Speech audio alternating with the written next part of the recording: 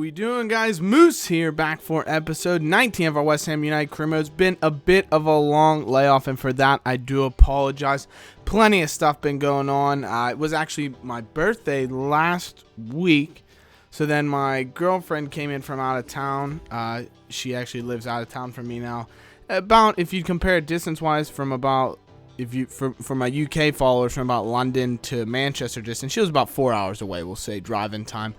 So she did come into town. She was in for almost a week, actually, and so not as much time as I would have liked to devote to West Ham United, but now fully back and on it. And with that, we do have a matchup against Aston Villa as we jump back into things. You can see we've really been diving back down the table. You can see we're joint 7th, actually an 8th on goal difference. We have mixed up the team. Iorfa's coming in for Carl Jenkinson. Butland is in goal.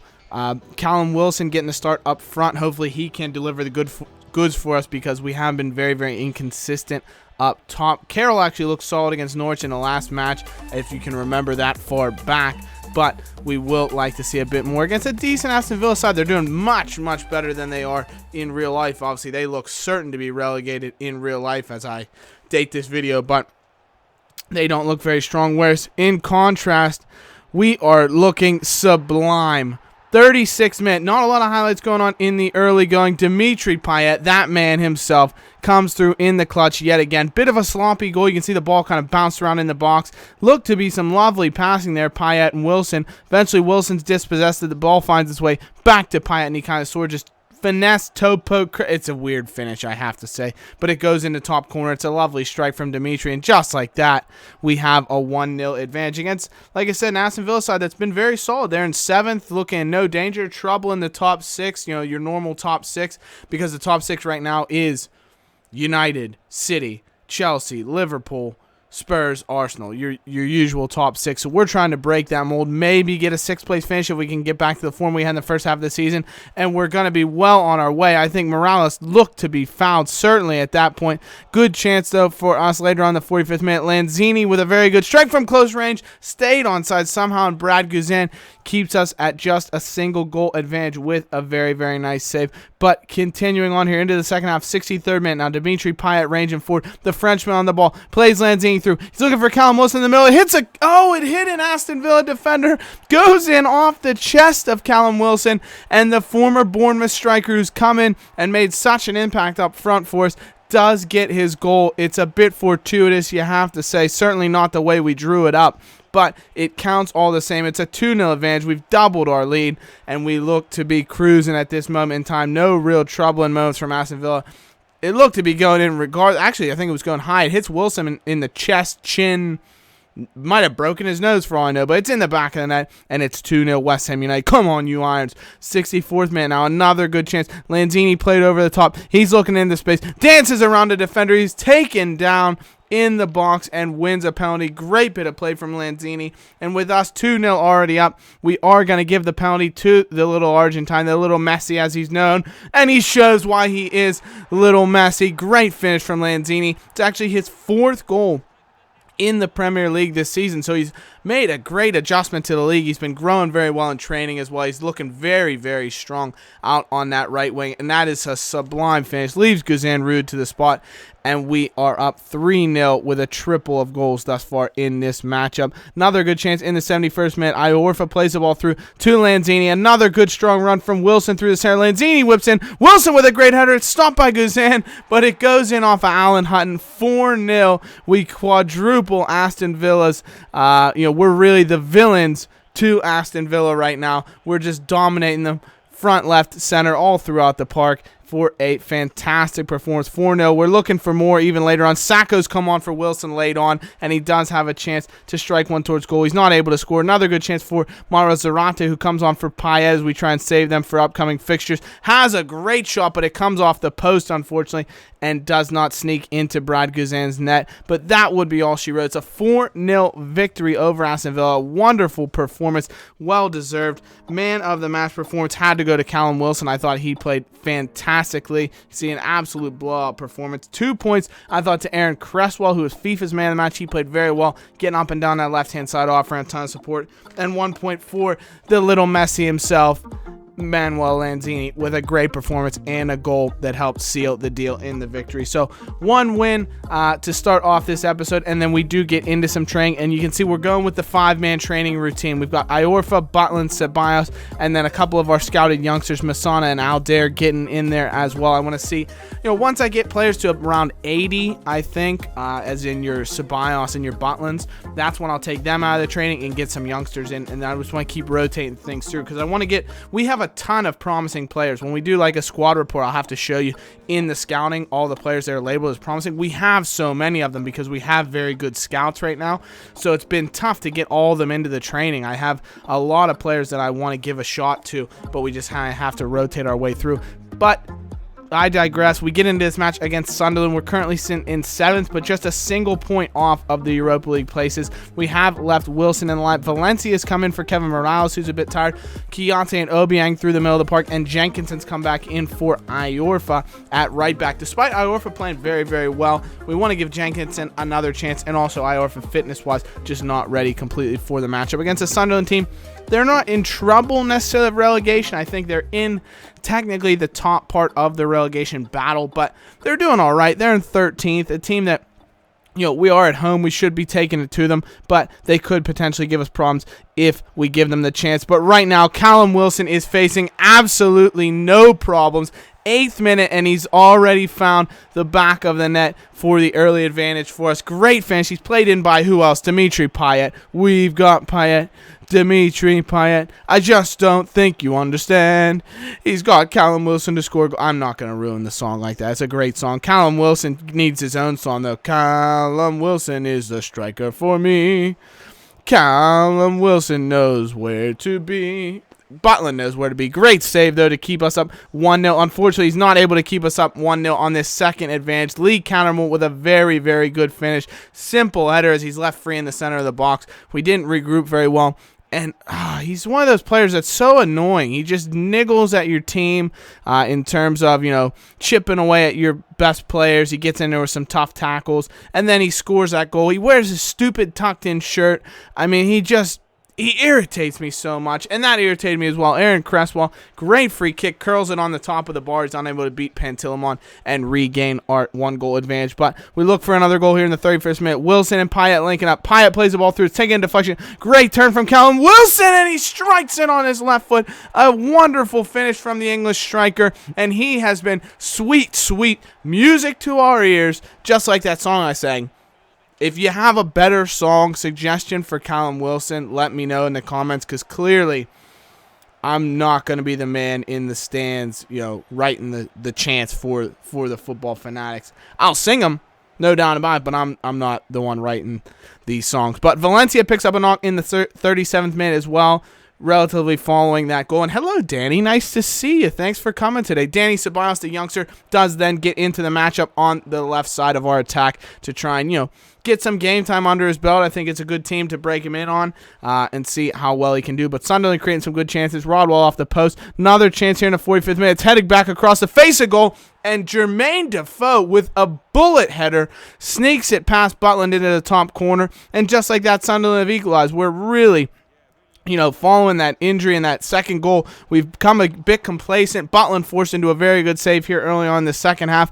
Another chance for Sunderland in the 73rd minute. Adam Johnson coming down the right wing, skips around Winston Reid. We're completely out position. Johnson lays off, and it's that Cattermole again with the goal in the 73rd minute, and Sunderland take the 3-2 advantage. It's just deflating to dominate a game, I feel like, and then come out in the second half completely flat and have them shove the ball down your throats and into the back of the net, especially this is only 2 goals all season. He scored twice in this matchup. We do try and make a comeback here. Callum Wilson on the ball. We've brought on the big lad, Andy Carroll, the big Geordie, out to Ceballos, skips around defender, looks to have a shot. It's blocked. Back to Wilson. He's onside. Oh! Pantilimon somehow gets his lanky frame in front of it to keep us out. Another good chance here now in the 85th minute. Aldair's come on as a substitute as well, strikes it from range. Pantilimon forced into the save, but Carroll can't collect the rebound. We've given a youngster Aldair a chance to make a difference, and unfortunately he's unable to. We do fall 3-2 to Sam Bloody Allardyce's Sunderland. And when you look at the balance of the play, look at the shots. They probably deserve the victory. though. I thought we played very well. We missed a lot of our chances, didn't put them on frame. For me, man of the match had to be Callum Wilson with his 2 goals. 2 points in the man of the match for Payet, of course, who supplied the 2 goals and played very, very well. And 1 point for Pedro Obiang in the center of the park, who played, he was all right, but that's just really how the rest of the team played. Nobody was great in that area.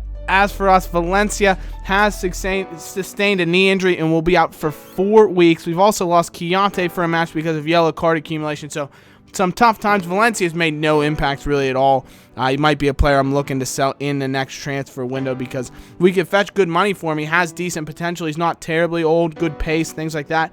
But he's just been shocking for us. And 4 weeks without him, no sweat off my back at all. Now, without Chiante, a little bit of a different story, but we are going to take on Everton. You can see Butland's now gone up to a 78 overall.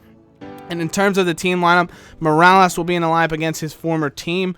Hopefully he can conjure up, the fortitude of his intestines to bring up a strong performance and take down his former team, in spite of all the good feelings he might have for him. We're still just 2 points off of Manchester City in 5th, so we're not out of the race in any way, shape, or form. Callum Wilson with 2 goals in the previous match, your player to watch. He's been in fantastic form, no question about it. We have brought the little MESSI back into the team as well. Lanzini, to see if he can make an impact. Mbukani up front for Everton, Lukaku on the bench. Mbukani they brought in from Norwich. Also Rasta for Barkley on the bench as well. So still a really strong team from Everton, but 2 players I would have normally thought to worry about not in the lineup, so good for us. Iorfa's back in for Jenkinson, who had a shocker in the last performance. He's really just working his way out of the team. He's not even in the subs. Wilson up top, Morales and Lanzini reinstated in the wings. Song and Noble back in the center of midfield for us, looking to control the park. Song on loan, I'll tell you what, he's been solid in spite of the fact that I didn't play him very much early on the season because he was a loan man. Lanzini with some wonderful skills there if you didn't know what that highlight was for. He just made a mug of Leighton Baines twice, and Butland with a fantastic save. But back to what I was saying, Alex Song's been phenomenal in the limited game action he's had, and I actually am considering trying to bring him back next year. I was thinking we will need another holding midfielder when he leaves, and I had considered options, but I might bring back Song. Let me know what you guys think in the comments of Alex Song. He's obviously on a 2-year loan at West Ham in real life. I'm not sure if he is in-game or not, so we might have to worry about that. But a weak penalty given up by Aaron Cresswell. I didn't think it was a penalty really at all, and Leighton Baines smashes it in. The English left back slots it away with his goofy Beatles haircut. He looks like, I don't know, is he trying to be John Lennon, Paul McCartney, 1960s? Get rid of it, fella. I think he has gotten rid of it in real life from the last matches I've watched, but he needs to get rid of it in general. Great save there, and the little MESSI, unfortunately, unable to toe poke into the back of the net, following a Tim Howard wonder save. But ball played through for Callum Wilson yet again in the 25th minute. Lays out wide to Kevin Morales. It's some lovely ball movement. He tries to skip inside of Seamus Coleman, goes for the shot. He's pulled back. Referee, give us something here. Ugh. We can't seem to buy a goal at this moment in time at this juncture, but Wilson out wide to Morales again. We're creating lovely chances down that left-hand side. Back into Callum Wilson. He goes to strike it. Great finesse shot, and it's a fantastic save from Howard again. I'll tell you what, when he faces anybody from Belgium, he stops everything. This time Morales, and it's a great save yet again. Alex on the skipping for the 43rd minute. He finds the ball back to Payet. He's gone in behind the defense. The Frenchman strikes it, and he's stopped by the American Howard with a lovely, lovely save. The American, for love to see him in my Freedom Fighters Ultimate Team series. Plug there if you want to check that out. Go to my channel because Tim Howard's a monster. Great save again on Callum Wilson. Really strong header. Look how close range it is. Top corner, and Howard somehow beats it away. He's got hands bigger than an elephant.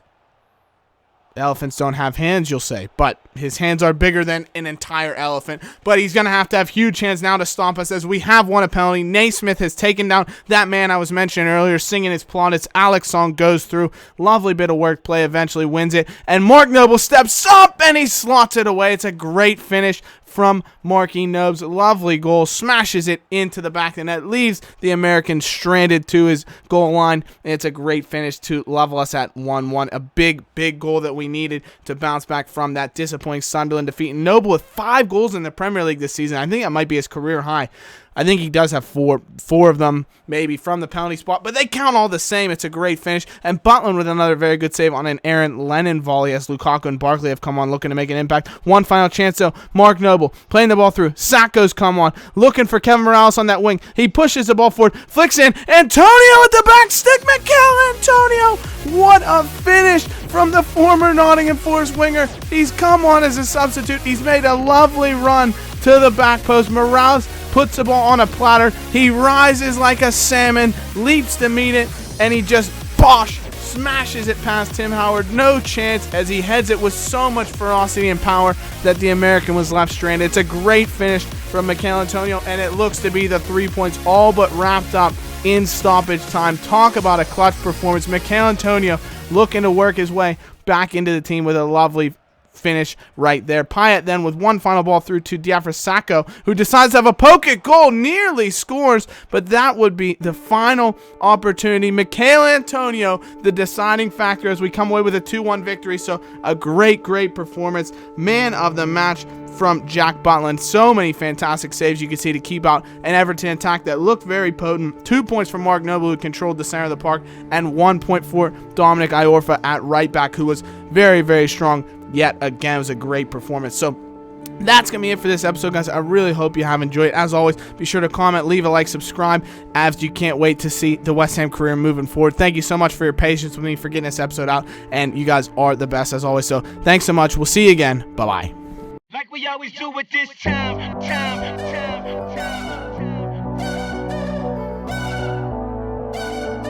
I got to shine.